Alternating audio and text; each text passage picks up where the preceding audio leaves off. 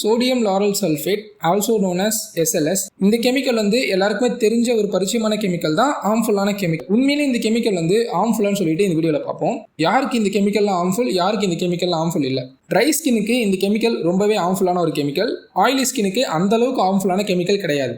ஹார்ம்ஃபுல்னா என்ன ப்ரோ, என்ன side effect bro இருக்குன்னு கேட்டிங்கன்னா, அலர்ஜிக் ரியாக்ஷன்ஸ், எக்ஸசிவ் ட்ரைனஸ், சின்ன சைட் எஃபெக்ட்ஸ் தான் இருக்குது. ரொம்ப சொல்லிக்கிற அளவுக்கு, ரொம்ப பெருசாக கேன்சர் வளர அளவுக்கு அந்த அளவுக்குலாம் சைட் எஃபெக்ட் கிடையாது. இந்த பக்கம் ஆயிலி ஸ்கின் பார்த்தீங்கன்னு வச்சுக்கோங்களேன், ஆயிலி ஸ்கின்க்கு அந்த அளவுக்கு சைட் எஃபெக்ட் கிடையாது. இதுக்கு பின்னாடி இருக்க ரீசன் என்னன்னு பார்த்தீங்கன்னா, SLSன்றது ஒரு டிட்டர்ஜென்ட், ஒரு கைண்ட் ஆஃப் டிட்டர்ஜென்ட், காஸ்மெட்டிக் ப்ராடக்ட்ல யூஸ் பண்ணுற ஒரு டிட்டர்ஜென்ட். இப்போ நான் ஒரு எக்ஸாம்பிள் சொல்கிறேன், அந்த எக்ஸாம்பிளை வச்சு நீங்கள் வந்து அதை கனெக்ட் பண்ணிக்கலாம், ட்ரை ஸ்கின்னுக்கும் ஆயிலி ஸ்கின்னுக்கும் கனெக்ட் பண்ணிக்கலாம்.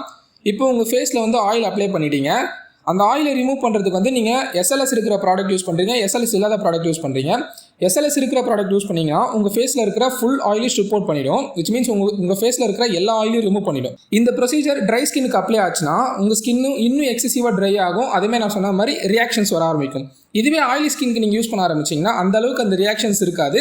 நீங்கள் அதுக்கப்புறம் மாய்ஸ்சரைசர் அப்ளை பண்ண போகிறீங்க, இல்லை உங்கள் ஸ்கின்னே கூட ஆயில் வந்து செக்ரிகேட் பண்ணிடும். பட் ஸ்டில் உங்களுக்கு வந்து பயமாக இருந்ததுன்னா யூஸ் பண்ணாதீங்க.